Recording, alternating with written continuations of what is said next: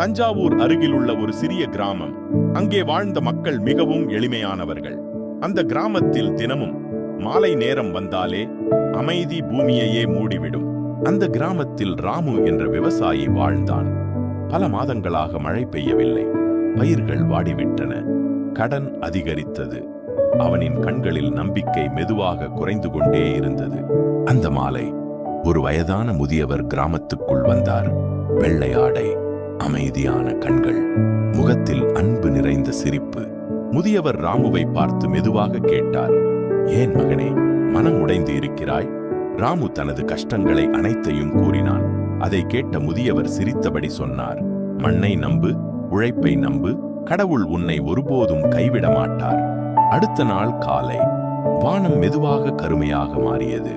பல மாதங்களுக்கு பிறகு மழை பொழிய ஆரம்பித்தது. முழு கிராமமும் மகிழ்ச்சியில் ஆடியது. ராமுவின் கண்களில் கண்ணீர் வந்தது.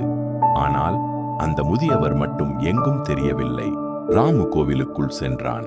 அங்கே இருந்த சாய்பாபா புகைப்படத்தை பார்த்தவுடன் அவன் நின்ற இடத்திலேயே உறைந்து போனான். நேற்று வந்த அந்த முதியவர் அவரே சாய்பாபா. அந்த நாளுக்கு பிறகு ராமு ஒருபோதும் நம்பிக்கையை இழக்கவில்லை. ஏனெனில் அவன் புரிந்து கொண்டான், கடவுள் எப்போதும் நம்முடன் இருக்கிறார்.